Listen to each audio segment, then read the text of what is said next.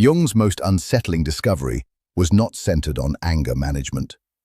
It focused instead on individuals who never experience anger, and why this kind of immunity makes them psychologically untouchable. In his clinical work, Jung recorded patients who displayed what he described as emotional impermeability. These were individuals who stayed entirely calm when insulted, unaffected by criticism, and unmoved by attempts to provoke them. They didn't take things personally, didn't react defensively, and appeared almost immune to the emotional triggers that influenced most people. Jung found this phenomenon disturbing because these individuals were not suppressing emotions or practicing detachment in the usual sense. Rather, they had undergone a particular psychological transformation that made other people's behavior irrelevant to their internal state. This gave them an almost extraordinary level of emotional freedom. He explored a case that revealed this discovery more clearly. It involved a successful businessman who visited him in 1919, not due to suffering, but because his complete lack of emotional reactivity unsettled others.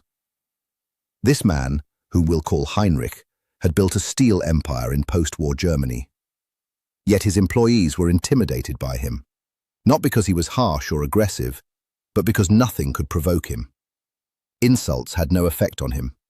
Criticism sparked curiosity rather than defensiveness. Even betrayal interested him more than it hurt him. His wife brought him to Jung, convinced that something was wrong. "Doctor," she explained, "my husband never gets upset about anything. Yesterday, I told him I had been involved in an affair for 6 months. He simply asked me 3 questions. Was I happy? Did I need anything from him? And whether I wanted to continue the marriage or end it?" What Jung uncovered changed his understanding entirely. Heinrich was not emotionally numb, nor was he repressing anything. He had learned to interpret his triggers as mirrors, reflecting parts of himself that he had not fully examined. Jung referred to this as the shadow mirror effect. Every person who provokes you, according to this idea, reveals something about your own unconscious mind. The dismissive coworker reflects your fear of inadequacy. The friend who is always late mirrors your desire for control. The family member who criticizes you exposes your own self-doubt. Heinrich had mastered this principle after a devastating betrayal in business 3 years earlier. His closest partner had stolen a major client and nearly destroyed his company. Instead of seeking revenge, Heinrich asked himself a single question. What part of me is this person reflecting? The answer deeply unsettled him. His partner's greed reflected his own suppressed fear of poverty. The dishonesty mirrored his tendency to conceal his true emotions. The betrayal revealed his own capacity for selfishness. By confronting these shadow aspects instead of projecting them outward, Heinrich achieved what Jung described as psychological immunity. He began to see others' behavior as information about them, not as personal attacks. Jung documented this approach as the shadow integration process. When triggered, one asks 3 questions. What trait am I judging most harshly? Where do I display this trait even in small ways? And what is this situation teaching me about myself? Consider Sarah, a marketing manager who felt constantly irritated by her colleague Tom interrupting meetings. Applying Jung's method, she asked herself what she judged in Tom, his need for attention. Then she examined where she showed this trait and realized she often dominated discussions when she felt insecure. The lesson became clear. Her anger toward Tom reflected frustration with her own behavior. Once she acknowledged this, Tom's interruptions no longer disturbed her. She began to see them as expressions of his insecurity rather than attacks on her worth. This is the essence of the shadow mirror effect. It turns emotional triggers into opportunities for insight. However, Jung discovered something even more unsettling. Individuals who reach this level of emotional impermeability accessed a psychological space most people never encounter: the gap between stimulus and response. Heinrich described this experience in vivid terms. "Doctor," he said, When someone insults me, time seems to slow. I can see their words approaching me, but instead of striking me, they hover. In that moment, I can choose whether to accept them or let them pass. Jung called this the reaction gap, a mental space where conscious choice replaces automatic reaction. Most people experience triggers and responses as a single continuous event. But those with emotional immunity learn to insert awareness between the two. This challenged conventional assumptions about human behavior. It suggested that anger is not inevitable and that with practice, anyone can access this gap and consciously decide how to respond. Jung developed what he termed the observer protocol. Instead of reacting immediately when triggered, one steps back and observes the situation as if watching it unfold externally. You notice the other person's words, tone, and body language, but also observe your own internal reaction without becoming absorbed by it. Jung documented numerous cases of people mastering this ability. Maria, a teacher, learned to observe her principal's criticism without taking it personally. Rather than reacting defensively, she recognized his stress, external pressures, and insecurities. From this perspective, she responded with understanding instead of anger. The core insight behind this process is simple yet profound. You are not your emotions. You are the awareness that observes them. Anger, when triggered, is information, not identity. You can act on it, analyze it, or simply allow it to pass. Heinrich mastered this to such an extent that he described himself as psychologically transparent. Other people's negativity passed through him like light through glass. He was not avoiding emotions or suppressing them. He was simply choosing not to identify with every impulse. Jung found another troubling aspect of this transformation. People who achieved it often lost interest in the emotional drama that dominates human interaction. They no longer felt the need to be right, to win arguments, or to prove their value. While this made them powerful, it also separated them from those still driven by reactive patterns. The observer protocol requires consistent practice, but Jung noted that many individuals could begin accessing the reaction gap within weeks. The process involves 3 steps: pausing when triggered and taking a conscious breath, observing the situation and internal reaction without judgment, and choosing a response based on values rather than impulses. This approach is not about becoming emotionless. It is about gaining authorship over your responses instead of being controlled by them. Jung's work also revealed that individuals who rarely became angry had developed what he described as boundary fortresses around their psychological space. These were not physical barriers, but internal limits determining what could influence their inner world. Heinrich explained this concept clearly. "Doctor," he said, "I realize that people can only disturb my peace if I allow them to. Their words and actions are external. They only become internal experiences if I choose to accept them." This insight reshaped Jung's understanding of emotional boundaries. Most people have highly permeable psychological borders. They absorb others' emotions, take on their stress, and allow external events to dictate their internal state. In contrast, those with emotional impermeability build selective boundaries. Jung identified 3 main types. The first is the relevance filter, only allowing in information that supports growth or aligns with goals, while acknowledging but not internalizing the rest. The second is the ownership boundary, the ability to distinguish between one's own emotions and those of others. When someone expresses anger, it is recognized as their emotion, not something to adopt or carry. The third is the identity fortress, a strong, stable sense of self that remains unaffected by external criticism. Feedback can be heard without interpreting it as a judgment of personal worth. Yet Jung observed something striking about these individuals. Those who developed such boundaries often attracted people who lacked them. Emotionally unstable or draining individuals were drawn to their stability, seeking balance from those who had mastered inner control. Heinrich encountered this pattern frequently in his life, as people gravitated toward his calm presence, sensing in him a steadiness they themselves did not possess. "Doctor," he told Jung, "ever since I stopped reacting to provocation, people seem to try even harder to provoke me.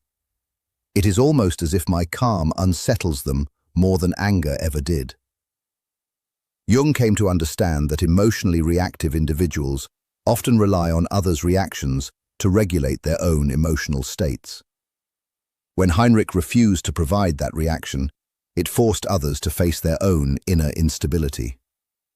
The boundary fortress technique Jung developed consisted of three key elements. First was the emotional firewall. Before entering any social environment, you consciously decide which emotions you are willing to experience and which ones you will simply observe without absorbing. Second was response selection. You predefine how you will handle common triggers. Instead of reacting impulsively in the moment, you carry out a pre-planned response rooted in your values. Third was the identity anchor. You maintain such a clear and grounded sense of self that external opinions become data to consider rather than threats to your identity. Consider how this works in practice. David, a software engineer, found himself constantly stressed by his demanding manager. Using Jung's boundary fortress approach, David set up an emotional firewall before work each day. He decided he would observe his boss's stress but would not internalize it. He pre-selected calm, professional responses to criticism and anchored his identity in his competence and growth rather than his boss's approval. Within a few weeks, David described feeling almost untouchable at work. His boss's moods no longer disrupted his performance or inner peace. More interestingly, his boss began treating him with greater respect, as if recognizing David's new psychological strength. This revealed a paradox Jung identified about boundaries. The stronger your boundaries, the more others tend to respect them. People can sense psychological stability and often adjust their behavior accordingly. However, Jung's most unsettling insight into emotional impermeability involved what he called projection reversal. His psychologically immune patients had learned to see through emotional attacks and recognize the underlying wounds driving them. Heinrich demonstrated this during one of Jung's sessions. A business rival had publicly humiliated him, calling him a heartless profiteer who cared nothing for his workers. Instead of anger or defensiveness, Heinrich felt a sense of curiosity. "Doctor," Heinrich explained, "this man's attack told me everything about his psychology and nothing about mine." His accusation of heartlessness revealed his own fear of appearing unfeeling. His focus on profit showed his own financial insecurity. His concern for workers exposed his guilt about how he treats his own employees. Jung realized Heinrich had developed what he described as psychological X-ray vision, the ability to see beyond surface-level attacks and into the deeper psychological dynamics beneath them. When someone attacks you, they are often revealing something about themselves rather than about you. This realization was disturbing because it suggested that much of human conflict is rooted in projection. People are not truly fighting each other. They are reacting to unresolved aspects of themselves reflected in others. Jung observed this pattern repeatedly. Criticism about your appearance often comes from those insecure about their own looks. Attacks on your success frequently arise from people dissatisfied with their own achievements.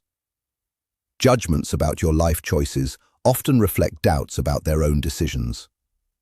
What Jung found most troubling was that once you clearly see these projections, it becomes nearly impossible to take personal attacks personally.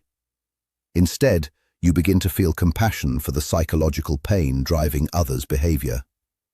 Heinrich described this shift clearly.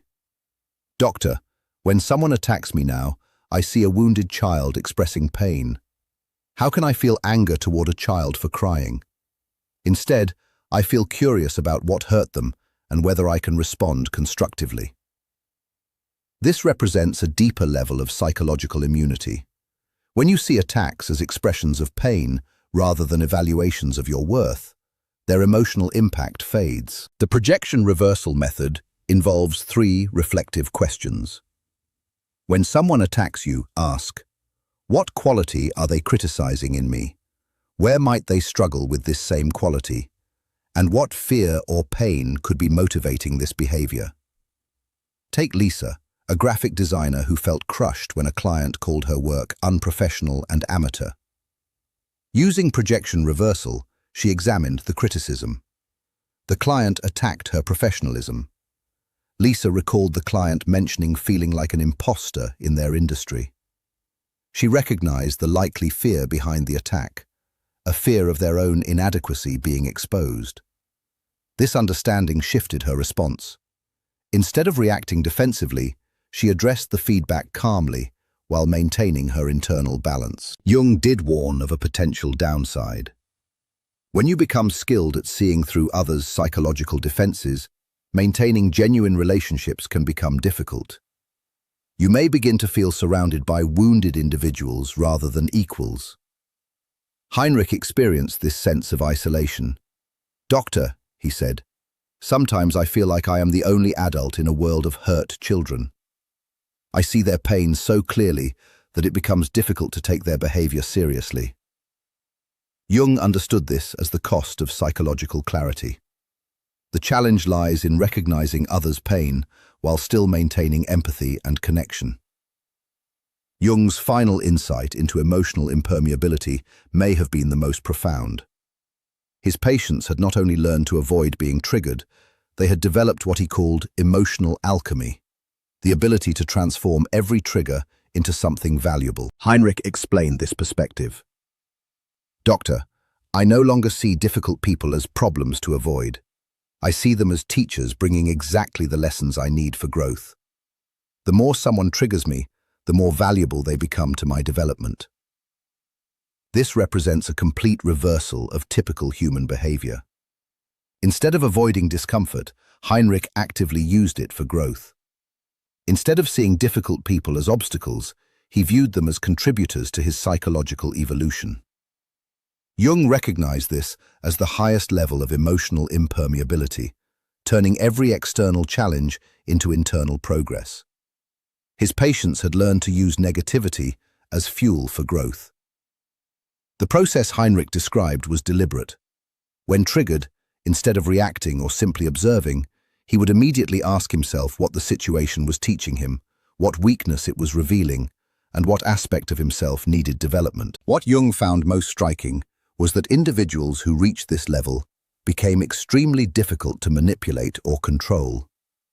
They had transformed potential weaknesses into sources of strength. At some level, this insight is already familiar. External praise cannot inflate you when you do not depend on it. External criticism cannot diminish you when you use it for growth. Emotional resilience comes not from defense, but from transformation. Emotional alchemy involves 3 stages. First is trigger mining, actively extracting insight from situations that disturb your peace. Second is shadow integration, using others' behavior to identify and heal your own unresolved patterns. Third is strength synthesis, turning identified weaknesses into developed strengths. Consider Marcus, a sales manager who felt constantly frustrated by his team's lack of motivation. Instead of reacting, he applied emotional alchemy. He asked himself what their behavior revealed about him. He realized he expected others to share his internal drive without understanding their motivations. He identified a weakness, his tendency to demand results rather than inspire effort. From this awareness, he developed a new strength, the ability to motivate through connection and understanding. Marcus transformed his frustration into growth. He studied motivational psychology, learned to connect with his team's goals, and became one of the company's most effective leaders. What once triggered him became the catalyst for his greatest development. Jung also warned of a darker side to emotional alchemy. Those who master it may become so focused on self-growth that they lose empathy for others, still struggling with basic emotional challenges. This can lead to a sense of superiority and emotional distance. Heinrich experienced this tension firsthand, recognizing that while he had gained clarity and control, maintaining warmth and human connection required conscious effort alongside his psychological mastery.